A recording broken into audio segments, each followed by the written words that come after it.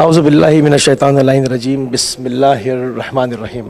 جی ناظرین، اس وقت اربعین کی خصوصی ٹرانسمیشن کا سلسلہ آپ کی خدمت میں جاری و ساری ہے، اور اس وقت ہم ایک بہت ہی ایکسکلوزو قسم کی فوٹیج کے ساتھ، ایک انٹرویو کے ساتھ آپ کی خدمت میں حاضر ہیں۔ ہمارے ساتھ موجود ہیں سیدہ سارہ بطول، اور ان کے ساتھ ایک معجزہ رونما ہوا کووڈ کے زمانے میں، جس وقت شدید علیل تھیں، اور ان کی کلینکل ڈیتھ ڈاکٹروں نے جو ہے وہ فائنل حتمی کر دی تھی۔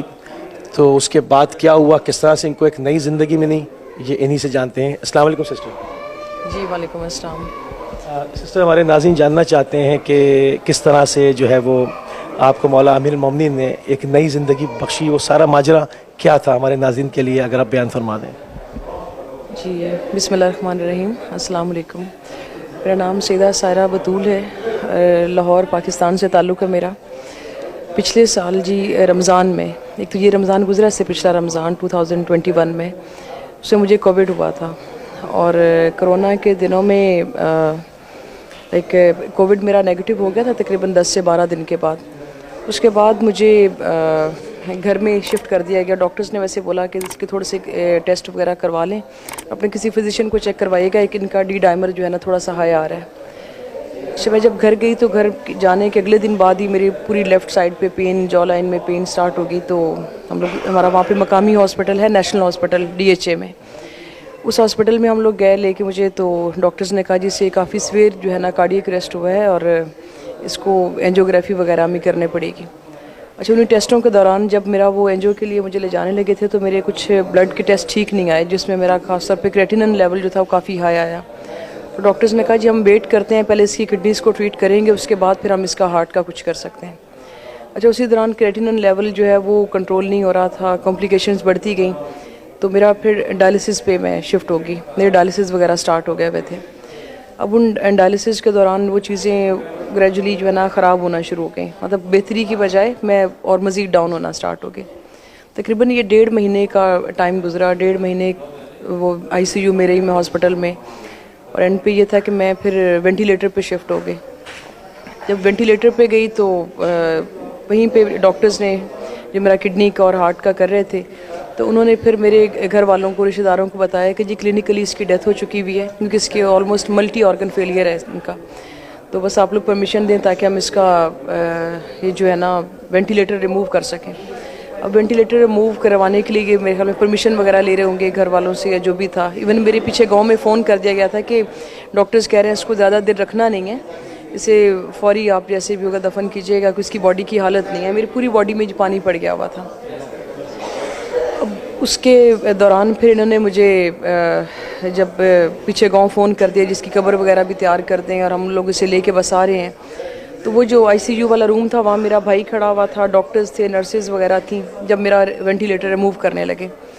اب اسی دوران میں نے نیند میں دیکھا ہے، خواب میں دیکھا ہے، مرے ہوئے دیکھا ہے، یہ مجھے نہیں پتا، لیکن اتنا مجھے یاد ہے کہ ایک نور کا حالہ تھا، ایک دائرہ تھا۔ جب آپ کومے میں چلی گئیں اس کے بعد آپ نے؟ جی، یہ کومے کے بعد جس وقت میرا وینٹ ریموو کرنے لگے تھے، اب اس وقت میں نے دیکھا ہے کہ ایک نور کا حالہ ہے جو میرے اوپر ایسے دائرے کی صورت میں نہ گھوم رہا ہے، اور اس نور کے اس طرف میرا چھوٹا بھائی سید شان حیدر، ان کی ڈیتھ ہو گئی ہوئی ہے کچھ عرصہ پہلے، 4 سال پہلے، وہ کھڑا ہوا ہے، اور اس کا بھی مجھے نا وہ روشنی اتنی تیز ہے کہ مجھے وہ پراپر صحیح نظر نہیں آ رہا، بس محسوس ہو رہا ہے کہ جی اچھا اس طرف شان ہی کھڑا ہے۔ تو مجھے کہتا ہے کہ عربی میں اس نے مجھے بولا کہ کم باذن اللہ بحق امیر المومنین، پھر دوبارہ بولتا ہے کم باذن اللہ بحق امیر المومنین، اور میں حیران ہو کے دیکھ رہی ہوں کہ یہ سب کیا ہو رہا ہے۔ اسی دوران وہ مجھے کہتا ہے کہ تم اٹھ کے بیٹھ جاؤ، تمہیں پتہ نہیں ہے کہ مولا کائنات تشریف لے کے آئے ہیں، مولا کائنات تشریف لے کے آئے ہیں، اور انہوں نے تمہیں زندگی بخشی ہے، اور اٹھ کے بیٹھ جاؤ۔ اب بجائے اس کے کہ میں اس کی اس بات کا جواب دیتی، میں مولا کی طرف مخاطب ہو کے کہتی ہوں مولا کہ میں تو آپ کے سامنے مری ہوئی ہوں، میں کس طرح سے میں اٹھ کے بیٹھ سکتی ہوں۔ تو اس میں اتنی دیر میں جب میں اس نور کے ساتھ باتیں کر رہی ہے، یہی میں نے بولا کہ جی میں کیسے اٹھ کے بیٹھ سکتی ہوں، تو ایک وہ لہجہ جو سنا ہوا تھا شروع سے کہ مولا کائنات کا لہجہ، جیسے کہ بجلی کی کڑک کا میں مولا کائنات کا لہجہ ہے، اسی طرح سے ایک وہ سخت سی آواز آئی ہے کہ تیسری آواز میرے بھائی کی آواز نہیں تھی, وہ بالکل مختلف, اور وہ مجھے یقین ہے کہ مولا کائنات کی آواز تھی. اس وقت انہوں نے کہا کہ کم بِإِذْنِ اللَّهِ بِحَقِّ امیر المومنین. جب یہ تیسری دفعہ مولا نے یہ والا جملہ میں نے سنا ہے, اور اسی لمحے میں اٹھ کے بیٹھ گئی ہوں. جب میں اٹھ کے بیٹھی ہوں تو ایک دم وہ ڈاکٹرز اور میرے وہ جو رشتہ دار تھے یا جو بھی وہاں پہ کھڑے تھے, ایک دم ڈر کے پیچھے ہو گئے کہ یہ کیسے ہو سکتا ہے. تو تب مجھے اچانک سڈن جب اٹھ کے بیٹھی تو ان کے لیے تو ایک سرپرائزنگ تھا, وہ سب ڈاکٹرز وغیرہ سب پیچھے ہٹ گئے, یعنی آپ ہی کہہ رہی ہیں. بالکل جب پیچھے ہٹے نا تو اس وقت میں نے پھر کہا کہ میں نے اپنے بھائی کو اشارہ کیا کہ مجھے جو ہے نا کاپی پین لا دو, میں نے کچھ لکھنا ہے. کہ میں بول سکتی نہیں تھی, منہ میں وینٹیلیٹر والا وہ آلہ لگا پائپ لگا ہوا تھا. تو میں نے پھر وہ اس نے مجھے کاپی پین دیا, تو میں نے اس پہ لکھا کہ مجھے مولا کائنات نے زندگی بخش دی ہے, تو یہ میری مشین وغیرہ اتروا دو, مجھے میری زندگی کو کوئی خطرہ نہیں ہے. اس نے وہ جب ڈاکٹرز کو دکھایا تو ڈاکٹر کہتے ہیں کہ نہیں, یہ ہم اس کی پوری باڈی جو ہے وہ ڈیپینڈ کر رہی ہے وینٹیلیٹر پہ, ہم ایک دم سے نہیں اتار سکتے, تو ہمیں گریجولی اتارنا ہوگا اس کا وینٹیلیٹر. کیونکہ میں اس وقت بالکل اپنے آپ کو ٹھیک محسوس کر رہی تھی. میں نے دوبارہ کہا کہ پلیز یہ اتار دیں, مجھے اس سے تکلیف ہو رہی ہے. اب وہ ساتھ جو دوسرے ڈاکٹر کھڑے ہوئے تھے, ڈاکٹر ذکی نام ہے ان کا, جو میرا کڈنیز کا کر رہے تھے, تو انہوں نے بولا کہ نا اس کی ساری ریڈنگز نارمل آ رہی ہیں, میرے خیال میں اس کی جو یہ ساری پائپس وغیرہ اتار دینی چاہیے. 17 رمضان کو 1.5 مہینے کے بعد جی مولا نے مجھے شفا دی, زندگی دی دوبارہ. 17 کو وہ یہ واقعہ ہوا. 19 رمضان شب ضربت میں مولا کائنات کے قدموں میں تھی, 2 دن کے بعد. اس میں میرے یہاں پہ پہنچنے میں سب سے بڑا ہاتھ جو یہاں پہ سید کا تھا, اور یہاں پہ جو عملہ تھا جو میرے لیے دعائیں کر رہا تھا. اور لائیو میں اس وقت یہ تھا کہ میں مولا کے حرم میں میرے لیے دعائیں چل رہی تھیں سب, اور یہ لوگ شاہد بھی تھے ان سارے واقعات کے, کیونکہ ویڈیو پہ میری زیارت کروائی جاتی تھی مولا حسین کے حرم کی. تو اسی وجہ سے انہوں نے پھر مجھے وہیں پہ ایمرجنسی ویزا دیا کہ تم یہاں فوراً آؤ, اور یہاں پہ آ کے اپنا پورا معجزہ جو ہے نا وہ سب کو سناؤ. اور ساتھ ہی پھر مجھے ان کی سید کی طرف سے وہ تحیات جو ہے وہ جی یہ اس میں ہیں مینجمنٹ کے ہی ہیں لوگ جی, ان میں انڈر تو سید علی سستانی کے آتے ہیں یہ سارے, اور پھر سید سعد الدین ہاشم ہے, تو ان لوگوں نے بیسیکلی مجھے کروایا تھا. تو اس میں انہوں نے مجھے تحیات ویزا دیا یہاں کا, اور اس کے علاوہ حرم میں میری نوکری ہے, ورنہ کوئی بھی یہاں پہ حرم میں فارنر کوئی جاب نہیں کر سکتا.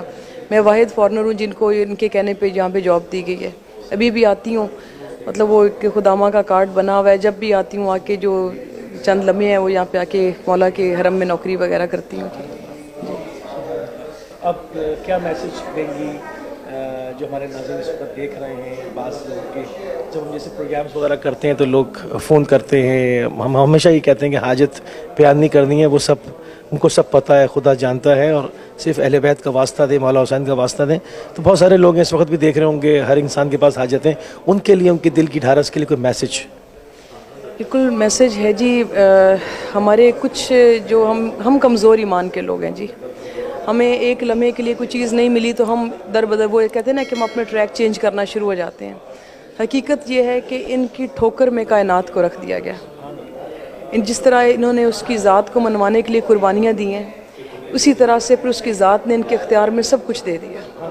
اب یہ میرا ایک واقعہ, اور ایسے کئی لوگوں کے ساتھ یہ واقعات ہوئے ہیں کہ کسی کو زندگی عطا ہوگی, کسی کو شفا عطا ہوگی, تو یہ کون دے رہا ہے؟ آج جا کے ہم جب مانگ ہی ان سے رہے ہیں تو اس کا مطلب عطا بھی یہی کر رہے ہیں. اچھا, آپ ایک چیز اور ذکر کر رہی تھیں ابھی انٹرویو سے پہلے والی بات ہوئی کہ پیس میکر کا آپ بتا رہی تھیں, میں چاہوں وہ بھی ایڈ کریں اس میں. اچھا جی, میرا ویسے ایک بڑے عرصے سے ایک پرابلم سٹارٹ ہوئی تھی, مجھے ٹیکیکارڈیا کا ایک ایشو تھا, اور ان دنوں میں میرا یہی تھا کہ پشاور حیات آباد میں ایک ڈاکٹر تھے, ان سے ٹائم لے چکے ہوئے تھے. تب مجھے کووڈ وغیرہ نہیں تھا, بلکہ کووڈ کا نام و نشان بھی نہیں تھا جب مجھے جب یہ ٹیکیکارڈیا کا ایشو چل رہا تھا. تو ٹیسٹ وغیرہ سارے کمپلیٹ تھا, مجھے انہوں نے پیس میکر لگانا تھا وہاں پہ. تو الحمدللہ یہ جب مولا نے جب یہ زندگی دی تو اتنی بے عیب دی کہ وہ بھی میرا مسئلہ, مجھے بڑے عرصے بعد میں نے ریئلائز کیا کہ مجھے کوئی ٹیکیکارڈیا کا ایشو نہیں ہو رہا, اور وہ تو مسئلہ ہی ختم ہو گیا ہوا ہے. اور آج تک خدا کا شکر ہے کہ مجھے کوئی سنگل میڈیسن بھی نہیں لینی پڑتی. اور اب یہاں پہ جب بھی وہاں پہ دل گھبراتا ہے اور وہ یاد آتی ہے ان کی عطا, تو اسی وقت پھر آتی ہوں, کیونکہ ویزے کا مسئلہ مولا نے رکھا نہیں ہے میرا, وہ ملٹیپل ویزا ہے اور ہمیشہ کے لیے انٹری دے دی ہوئی ہے. تو بس وہاں سے جو ہے انہیں کی وہ صدقہ خیرات مل رہا ہے, اور لے کے یہاں پہ پہنچ جاتی ہوں. جی بہت شکر گزار ہیں, ہم انتہائی ممنون ہیں, آپ نے اپنا قیمتی ٹائم ہم کو دیا, بہت شکریہ آپ کا. تھینک یو ویری مچ جی. جی ناظرین، آپ نے دیکھا اور ہماری سسٹر کی گفتگو آپ نے سماعت فرمائی کہ اہل بیت علیہ السلام کے اختیارات پروردگار نے جو ان کو ولایت تکمیلی سے نوازا ہے، اس میں جو تصرف ہے وہ کس طرح وہ جب چاہتے ہیں اپنے چاہنے والوں کو، اپنے ماننے والوں کو، اور کسی بھی مصیبت کے حامل شخص کو جب چاہتے ہیں سیکنڈوں کے اندر اس کی پوری حیات کو تبدیل کر دیتے ہیں۔ ہمارا ایک چھوٹا سا یہ ایک انٹرویو تھا، مگر میرے خیال میں یہ ایک پرنور اور بہت ہی ایمان افروز گفتگو جو ہماری بہن کے ساتھ ہوئی، جب یہ تمام طرف نشر ہوگا انشاءاللہ، جو آپ دیکھیں گے اس کو، تو اس سے ایک ایمان میں ایک طاقت، ایک قوی پن جو ہے وہ انشاءاللہ ضرور جو ہے وہ آپ محسوس کریں گے۔ اس وقت ہم کربلا المقدسہ میں موجود ہیں اور انشاءاللہ جلد اگلی منزل پہ آپ سے ملاقات ہوگی۔ السلام علیکم ورحمۃ اللہ۔